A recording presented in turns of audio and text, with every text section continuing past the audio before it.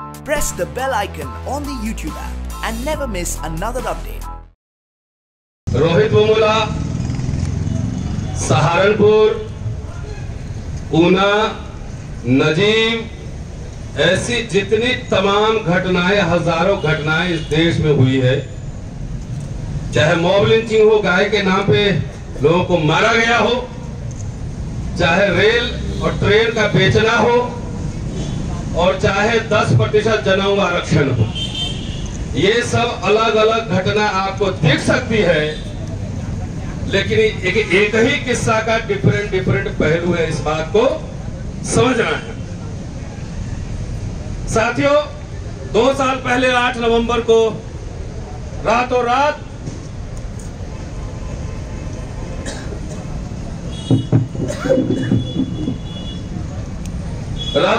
नोटबंदी हुई थी।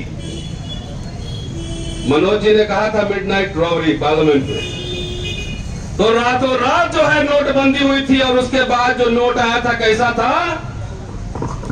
चूरन वाला नोट था एकदम। उसी तरह से बात समझिए जो हम कह रहे हैं।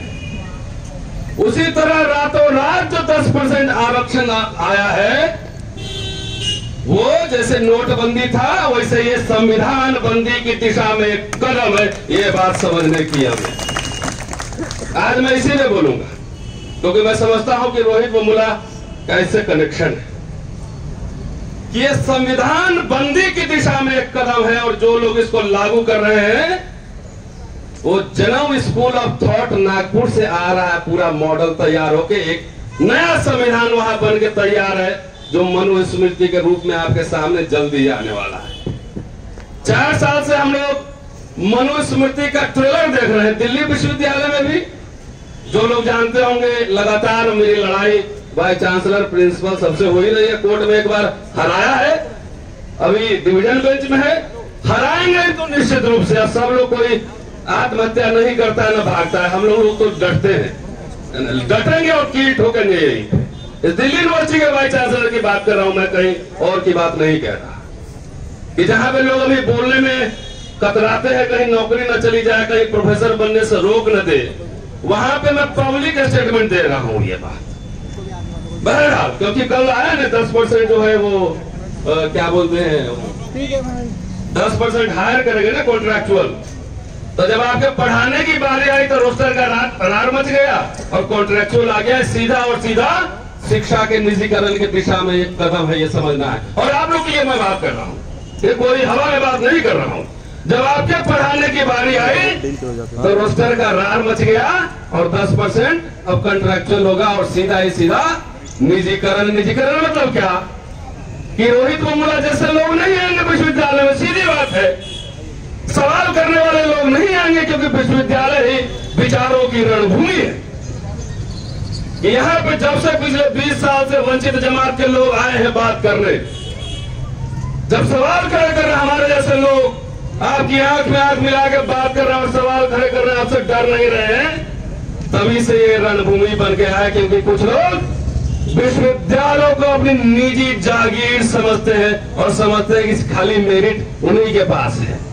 कल मैं एक टीवी चैनल में था, न्यूज 24 में, एक बड़े स्ट्रेटेजिक मेकर आए थे, साइंटिस्ट थे। उन्होंने कहा कि भाई ये जाति और वर्ण व्यवस्था जो है अंग्रेजों ने बनाई है। न्यूज 24 में देख लीजिएगा, फर्स्ट पीपल्स एक प्रोग्राम। तो मैंने पूछा आपने क्या बनाई है? जनेऊ ओनली। इसके अलावा एक भी अनुसंधान आप बता दीजिए इस भारत में। जितने इंजीनियर हुए, डॉक्टर हुए, सब जो है वंचित जमात के लोग आए। और ऐतिहासिक तथ्य है कि जो चिकित्सक बंगाल में होते थे वो ब्राह्मण भी होते थे, तो श्रोत्रिय ब्राह्मण उसको दूर भगाता था, उसको अनटचेबल समझता था। तो आप जब किसी के छूने से आपको छुआ लग जाएगा तो डॉक्टर तो बन नहीं सकते हैं। तो आप कुछ नहीं बने, चाहे यहाँ कपड़ा बनाया, लेदर वर्क्स किया, सब यहाँ के मूल निवासी है के लोग थे, आपने सिर्फ जनेऊ बनाई। तो साथियों, ये जो 10% आरक्षण आया है, दुनिया में बड़े बड़े तानाशाह गरीबों के नाम पर ही आते हैं, और गरीबी के नाम पर ही आते हैं। ये देखने में लग रहा है कि गरीबी के लिए बहुत सरकार सोच रही है, लेकिन ऐसी बात नहीं है। और सबसे जो दिलचस्प बात है इसमें ये समझना है हमें कि वैसे समय लाया गया है, इस संविधान की आड़ में संविधान पे हमला है, संविधान की मूल भावना पे हमला है, संविधान के बेसिक स्ट्रक्चर पे हमला है। लेकिन दिलचस्प पहलू ये है कि ये बिल कौन पेश किया? माननीय गहलोत साहब, दलित। प्रधानमंत्री कौन है? कथित पिछड़ा, कथित पिछड़ा। और राष्ट्रपति कौन है? दलित। और सारे SC ST OBC सांसद क्या कर रहे थे पार्लियामेंट में? मेज थपथपा रहे थे, मेज थपथपा रहे थे। तो ये दलित पिछड़ा के नाम से ही बाबा साहब के संविधान की हत्या कराने की योजना बनी है। इसी को कहते हैं जनेऊ लीला, इसी को कहते हैं जनेऊ लीला। मनोज जी हमारे पुराने मित्र हैं, 2 दशक से ज्यादा हम लोग साथ हैं। मैं शुक्रिया अदा करना चाहता हूं इनका और ओवैसी साहब और AIIMDIM के और राष्ट्रीय जनता दल की पार्टी लाइन का, कि जब संविधान के आड़ में संसद में जब संविधान की मूल भावना की हत्या की जा रही थी, तब उन्होंने इसके खिलाफ यहां पे आवाज उठाई। आतंकवादियों ने तो संसद पे हमला किया था, लेकिन इसकी ब्यूटी देखिए, संसद के अंदर और संसद की आड़ में संविधान के मूल भावना की हत्या की जा रही। क्या आरक्षण गरीबी उन्मूलन प्रोग्राम था? नहीं। अगर मान लीजिए कि सारी नौकरी कहते हैं कि ब्राह्मण को दे दी जाए, भारत की सारी नौकरी, तो सारे नौकरी क्या ब्राह्मण को मिल जाएगा? सारे को नहीं मिलेगा। इसका मतलब क्या था? आरक्षण वो प्रतिनिधित्व था, रिप्रेजेंटेशन था। तो क्या अभी दिल्ली विश्वविद्यालय में 6000 प्रोफेसर एडहॉक है, यहां पे आरक्षण पूरा हो गया क्या? कितने प्रिंसिपल हैं? 1। आज तक इतिहास में वाइस चांसलर हुए? नहीं। प्रोफेसर कितने हैं? 2-4। तो हमारे पोस्ट पे, हमारे हकों पे SC ST OBC, कल इंडियन एक्सप्रेस का रिपोर्ट छपा है कि हमारे हक पे जो हकमारी कर रहा है वो कौन कर रहा है? पाकिस्तान से आया है क्या? बांग्लादेश से आया है क्या? अमेरिका से आया है क्या? नहीं। वो यही के सवर्ण लोग हैं जो है। मैं सीधा और सीधा चुनौती देना चाहता हूं, आप सामाजिक आर्थिक सर्वेक्षण करो, हिम्मत है, औकात है तो सामाजिक आर्थिक सर्वेक्षण करो और देश की जनता के सामने रखो कि किस जाति के पास कितने जमीन है, कितनी संपत्ति है, कितना प्रॉपर्टी है। रखो ना, गरीबों से इतना मोहब्बत है तो नहीं। हमारे पोस्ट पे जो लोग काम कर रहे हैं, 496 वाइस चांसलर है भारत में, जो RTI का जवाब है 6 SC 6 ST और 36 OBC, उसमें भी थोड़ा हमको गड़बड़ लग रहा है उस आंकड़े में। तो ये क्या 50% पूरा हो गया क्या? नहीं। तो हमारी हकमारी आपने की है, हमारे पोस्ट पे आप काबिज हैं। तो एक बार जब आप ओवर रिप्रेजेंटेड है, in all sphere over represented है, तो ये 10% किसका है? क्या इसके टेक्निकल बात में नहीं जाता मैं कि रिपोर्ट आया कि नहीं, कमीशन बना कि नहीं, ये बना कि नहीं, वो नो, एकदम नहीं। आरक्षण गरीबी उन्मूलन प्रोग्राम नहीं, इससे वो प्रोग्राम भारत में चल रहे हैं गरीबी उन्मूलन के। अगर आपको दिलचस्पी है तो और 10 प्रोग्राम कर लीजिए, लेकिन आरक्षण के आड़ में संविधान को आप छेड़िए नहीं। कल परसों में JNU में था, एक छात्र ने सवाल किया कि क्या 10% में SC ST OBC के गरीब को भी रख लिया जाए तो आप विरोध करेंगे क्या? हमने निश्चित करेंगे, एकदम करेंगे, क्योंकि आपने एक ट्रायल रन पे ये चलाया है। अभी ट्रायल रन पे कि एक बार देखते हैं कि क्या रिस्पांस आता है। तो आज आपने आरक्षण के नाम पे संविधान को आपने छेड़छाड़ कर दी। जब 50% का कैप था उसको रिपील भी नहीं किया आपने संसद में, उसको अंडू भी नहीं किया है, और एक बार आपने कर दी तो आपका अगला मूव है कि भारत को हिंदू राष्ट्र बनाना है, उसका हम विरोध करते हैं। इसीलिए 10% आरक्षण का हम विरोध करते हैं। तो उस समय भी SC ST OBC सांसद और इतने इंटेलेक्चुअल बहुत सारे लोग थे, क्या उस समय भी आप मेज थपथपाएंगे कि इसमें बहस करेंगे? ये हमें इस बात को समझना है। भाई आबाद निजीकरण हो रहा है, 55% दलित के पास 1 दल जमीन नहीं है, तो आपको इतनी गरीबों से मोहब्बत थी तो पहले प्राइवेट सेक्टर में लेके आते ना रिजर्वेशन, कौन मना किया था? तो नहीं, अब बोले एजुकेशनल इंस्टीट्यूशन में 10% लाएंगे। ये सब लॉलीपॉप जो मुन्ना है, ये सीधा और सीधा बाजार के मुंह में एजुकेशन को बेचना है, धकेलना है, ये हम आपको बताना चाहते हैं। इसलिए इस मूव का विरोध कर रहे हैं साथियों। एक दो बात और कहूंगा, उसके बाद बात खत्म करूंगा। मनोज जी ने कहा, हम लोग बातचीत में बराबर जो है बात करते रहते हैं कि आज तक पढ़ाई स्कूल में कैसे वैचारिक वर्चस्व काम करता है। बहुत बहुजन से पूछो तो कह सकता है कि अच्छा है 10%। तो आज तक स्कूल में पढ़ाया गया कि भारत एक कृषि प्रधान देश है, भारत गांवों का देश है। तो भाई साहब एक बार पढ़ा लेते कि भारत जाति प्रधान भी देश,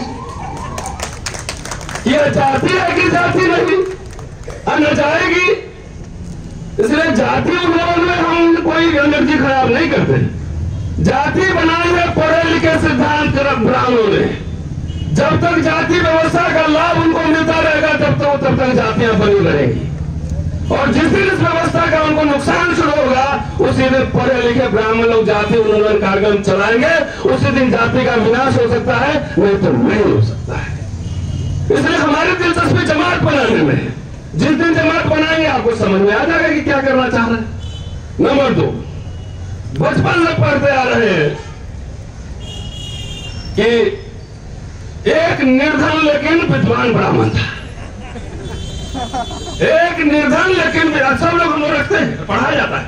इसीलिए इतिहास में खेल होता है, वैचारिक वर्चस्व की लड़ाई होती है। इसीलिए इतिहास के सिलेबस बदले जाते हैं। सबसे पहले सरकार बदले कि एक निर्धन लेकिन विद्वान ब्राह्मण था। भाई साहब 2.5 साल में देश निकल गए, गाय निकल गए, सब कर गए, आज तक एक भी अमीर नहीं हुआ। और ये निर्धनी है, अब विद्वान कोई दूसरा नहीं हुआ क्या? ये सवाल है। तो नहीं, ये कहां से थॉट आ रहा है? तो ये है जनेऊ लीला, और ये आ रहा है सीधा और सीधा इनकी गरीबी का मोहब्बत। देखिए 32 रुपया कमाने वाला बिलो पॉवर्टी लाइन से ऊपर, और देखिए नागपुर में कैसा इकोनॉमिक्स का प्रोफेसर सब बैठा हुआ है। 8 लाख 5 एकड़ जमीन, वो हुआ गरीब। तो इसको बोलते हैं जनेऊ लीला। और हमारे दलित पिछड़े सांसद जितने बहुत सारे वो जनेऊ लीला में फंस गए, वो उनको समझ में नहीं आया कि हो क्या रहा है। इसलिए बगैर डिबेट के बहस के उम्मीद थपथपा रहे हैं। साथियों, कहने की बात बहुत सी है। आरक्षण के, दलित ओबीसी का आरक्षण था, उसमें बहुत चुटकुले बने थे, और इस चुटकुलों का हमारे एक साथी जेएनयू के जयंत जिज्ञासु ने द प्रिंट में इकट्ठा करके छापा। कुछ चुटकुले सुना देता हूं। ये आरक्षण कहां से आई? करपुलिया के माई भी आई। ऐसे 25 आप देखते हैं कि झक मार के आएगी। गर्व से कहो दलित है, मेरिट की बात नहीं करूं। सवाल मैं ये कहता हूं, आरक्षित भारत में आप सबका स्वागत है। और ये स्लोगन जो बनते थे बिहार में और सोशल मीडिया में, ये कोई निर्धन ब्राह्मण ने नहीं बनाया, आई एम सॉरी। ये पढ़े लिखे विश्वविद्यालयों के पढ़े लिखे ब्राह्मणों ने बनाया है। क्या अब ऐसे स्लोगन बनाएंगे क्या? जरा ये पूछना चाहते हैं। तो साथियों, ये पूरा 8 लाख और ये आपका जो आरक्षण है, ये पूरे आरक्षण को डाइल्यूट करने का पूरा षड्यंत्र है, उसको खत्म करना है। और इसलिए इस आरक्षण का विरोध करते हैं क्योंकि रोहित बोमला पैदा न हो एकेडमिक इंस्टीट्यूशन में, इसकी एक लंबी साजिश है। 19 तारीख को यही 11 बजे आप सबसे अपील करता हूं, इसका राष्ट्रव्यापी विरोध करें। काला कानून है, मॉडर्न ये मनुस्मृति है, इसके आड़ में लंबी खेल खेली जाएगी भविष्य में। या भविष्य सोचिए आप, 11 बजे यहीं पे 19 तारीख को आप सबको आना है। सूरज जी है, सुरेंद्र है, बहुत सारे लोग यहाँ पे हैं। इकट्ठा होकर संतोष है, धर्मवीर है, मयंक है, इकट्ठा होकर बड़ी संख्या में इसका विरोध करना है। इस काले कानून की प्रतीक को जलाना है।